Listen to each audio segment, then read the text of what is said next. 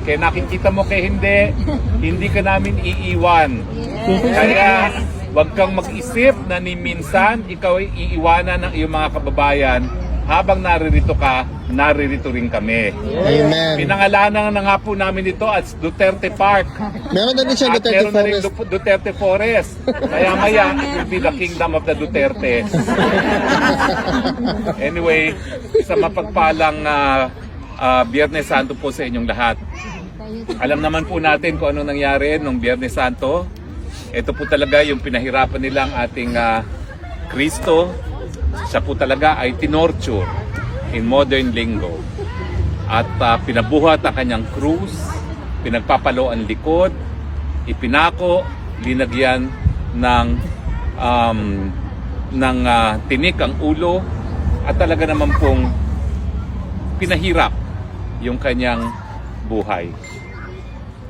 Alam niyo po, sa kasaysayan ng Pilipinas, sinasabi po nila na tayo daw ay unang naging republika sa Asia dahil sa impluwensya ng mga ideolohiya at paniniwala sa Europa. Pero hindi po totoo yan. Kasi ngayon po, bagamat tayo narito sa Europa ngayon, ang mga kababayan natin patuloy pa rin po na itinutuloy yung nakaugalian ng pasyon. At ang pasyon po ay tungkol sa buhay ng ating Panginoon, lalong-lalo na yung mga pangyayari ng Biyernes Santos, kung saan talaga namang pinahirapan siya. At ang sabi ng ilang mga historians, yung revolusyon na nangyari laban sa Espanyol, hindi po yan dahil sa mga ideya ng mga ilustrado. Hindi po yan dahil sa mga ideya ng demokrasya at ng liberal democracy na galing sa Europa, kundi ito po ay galing sa pasyon. Dahil sa isipan ng mga Pilipino, yung pahirap na ginawa nila kay Kristo ay katumbas ng pahirap ng ginawa ng mga Espanyol sa Pilipinas. Well, binabalik ko po itong pasyon at revolusyon sa araw nito dahil meron pong mga bagong pahirap na naman sa ating bayan. Sa kauna-unahang pagkakataon po, ang ating self-rated poverty ay napakataas.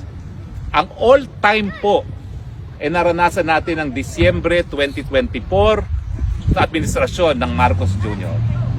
At ngayong Marso po, 52% ang nagugutom sa ating mga kababayan. Isa sa dalawa Pilipino ay gutom. Hindi ba ho ito katumbas ng pahirap na ginawa nila kay Kristo noong Biyernes Santos? Hindi lang po yan. Laganap na naman ng krimen. Hindi lang po mahihirap, hindi lang po mayayaman, lahat po nagiging biktima ng krimen. Balik na naman po ang mga panahon na nakakatakot lumabas ng bahay, lalong-lalo na sa mga mayaman. Correct. Ang balita ko po, nauubos ang mga sundalo natin, nagre-retire ng maaga dahil ang mga mayayaman kinukuha sila as security. Dahil balik na naman po ang takot sa lipunan dahil sa kriminalidad. Hindi pa ho ito katumbas ng pahirap na ginawa nila kay Kristo nung mahal na araw ng taong yon. Nandyan pa rin po ang problema sa napakataas sa presyo ng bilihin. Nandyan din po ang problema ng kakulangan ng trabaho at ang mababang sweldo. Sino ba naman na magtataka na kulang ang trabaho at maliit ang sweldo sa Pilipinas? Gayong yung pinakamalaking bansa na nagbibigay ng kapital at pinanggagalingan ng mga turista, pilit na inaaway ng Marcos Jr. dahil kinukuha niyang suporta ng mga Amerikano para lang manatili siya sa pwesto. Hindi ba ho ito katumbas ng pahirap nila kay Kristo ng Biyernes Santos?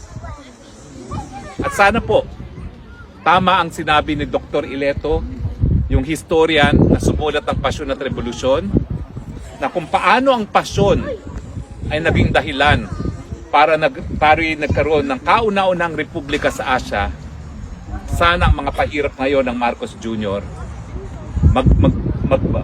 magbunga rin sa bagong revolusyon.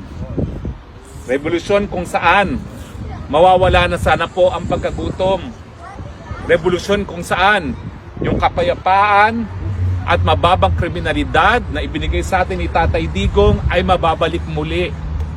Revolusyon kung saan ang mga drug pushers at drug traffickers ay natatakot at pilit na nagtatago.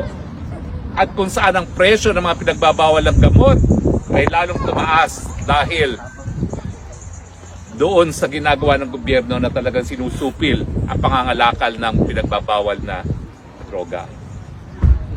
Malungkot po ngayon dahil ang pagkakakulong kay Tatay Digong, yan po ay pahirap sa sambayan ng Pilipino. Correct. Katumbas din ng pahirap na ginawa nila kay Kristo nung mahal na araw, nung Biyernes Santo. Pero bukas po, Sabado de Gloria. Sa Ingles, ang tawag natin sa Biyernes Santos, Good Friday. Hindi po siya naging good dahil pinahirapan nila ang ating Kristo. Hindi po siya naging good dahil pinatay nila si Kristo ngayong araw nito. It is Good Friday dahil alam po natin, in 2 days time, it will be Easter. At yan naman po ang pangako sa atin habang tayo po ay nananampalataya sa Panginoon. Darating at darating din ang Pasko ng pagkabuhay. Correct.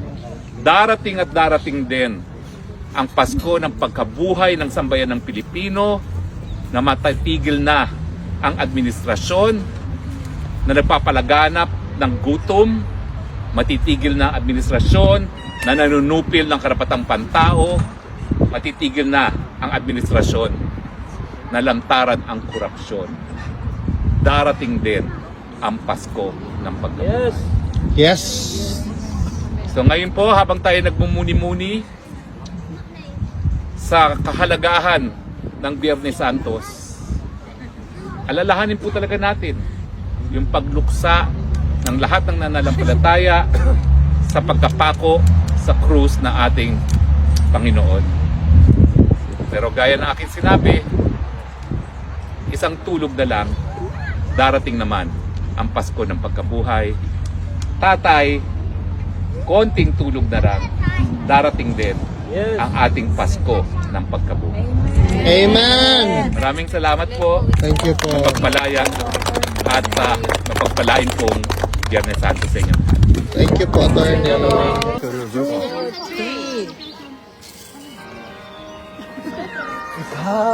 Ikaw bigay ng may kapal, dugon sa aking kasal,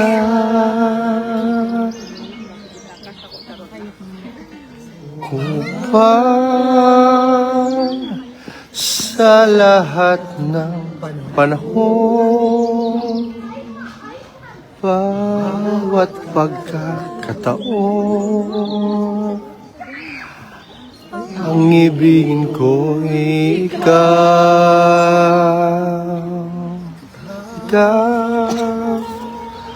ang tanglaw sa aking mundo, kabiyak nitong puso ko.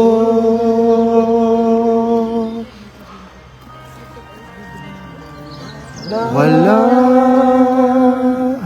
ni kahatimang saglit na sa'yo'y may papalit.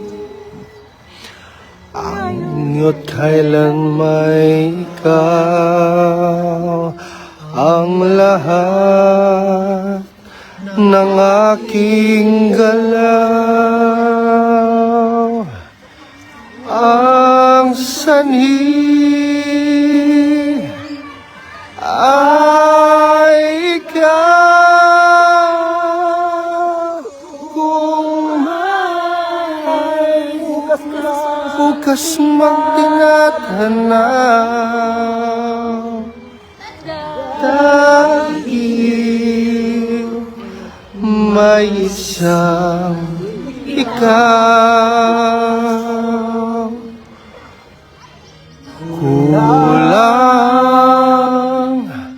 ang magpakailan pa man,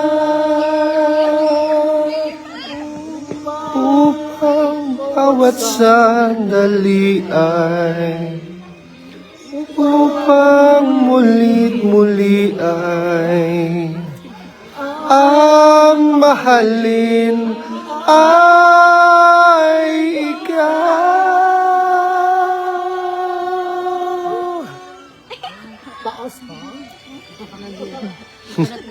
Patong ka pa. Pinaabot ko siya. Yes.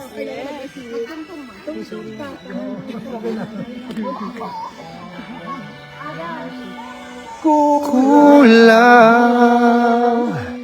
ang magpakailan pa man upang bawat sandali ay upang muli ay ang mahalin ay ikaw.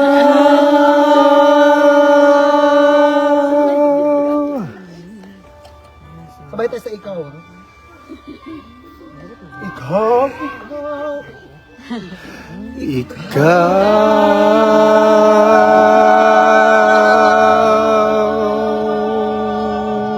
Kayo na! Hoy, napay kaduha next.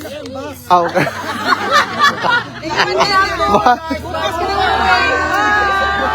Bye. Bye.